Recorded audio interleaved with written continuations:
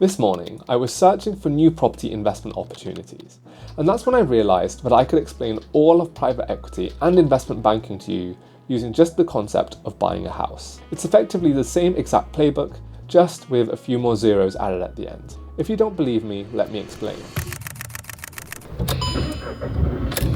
So let's keep things simple. Imagine you want to buy a house.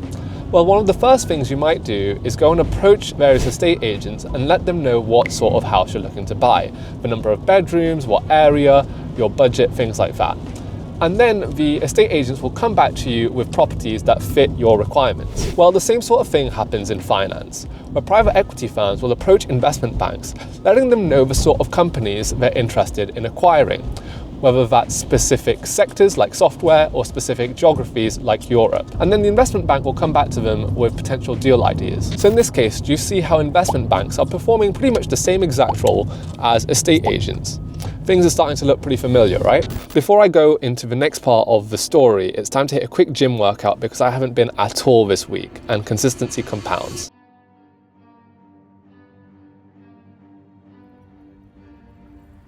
I got problems on problems on problems on problems on problems on problems I solve them. I run through the money, the pressure be calling. Left on my blessings, I feel like I'm falling. The birdie is back. Tell me I'm garbage, I'm going through something, that's why I ain't calling. Phone and progression is all that I wanted. The phone in affection, I summon and dub it. Cause I got problems on problems on problems on problems on problems on problems I solve them. I run through the money, the pressure be calling. Left on my blessings, I feel like I'm falling. The birdie is back. Tell me I'm garbage, I'm going through something, that's why I ain't calling. Phone and progression is all that I want. Workout complete, we're back home and we're feeling good. So back to the story. Imagine now that you decide not to buy the house to live in, but instead look at it from a financial or investment perspective. So you find a relatively rundown property and start running the maths. How much it will cost to fix it up, what rent you might be able to get, and how much you might be able to sell it for in a few years' time. If the numbers look good, you'll probably put in an offer. Private equity works exactly the same way. An investment bank will show them a potential company, and then the private equity firm will go away and crunch numbers, looking at what the projected profits will be and how much they might be able to sell the company in a few years' time.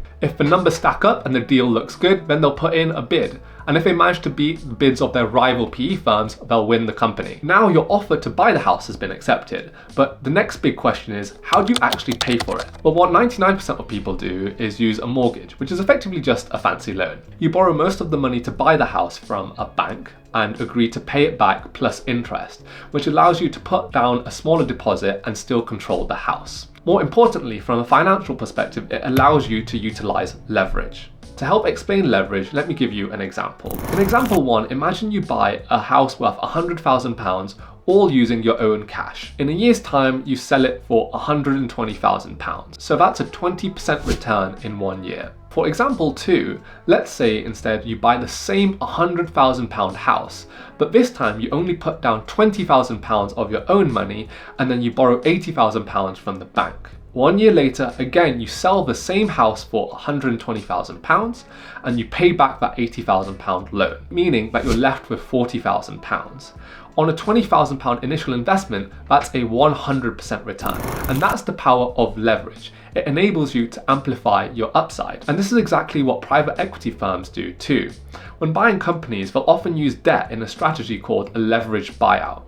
And they do so for the exact same reason why you take out a mortgage when investing in a house, to amplify your potential upside returns. Once you've bought the house, as per your refurb strategy, you'll start doing it up, maybe renovating the kitchen or the bathroom to add value. Once that's done, you might start renting the property to generate income, and eventually you'll try sell the property with the help of an estate agent. And it's the same with PE.